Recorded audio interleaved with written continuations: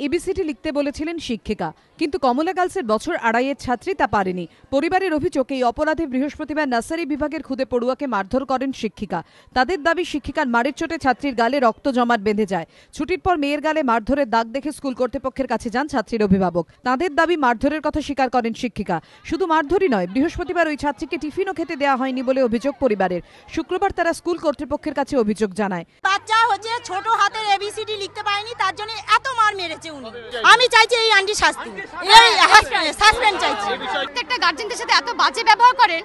উনি তো ক্লাসে সেরকম ভাবে কিছু পড়েন না, যত চাপ বাচ্চাদের উপর। বাচ্চারা যদি একটু কিছু করে ভুল তো বাচ্চা মাত্রই করবে। গার্জেনদের সাথে অত্যন্ত বাজে ব্যবহার করে, মানে বরাবর, এটা বরাবর বলে এসেছে। একটা গার্জেনকে ছাড়ে দেয় ওই উনি।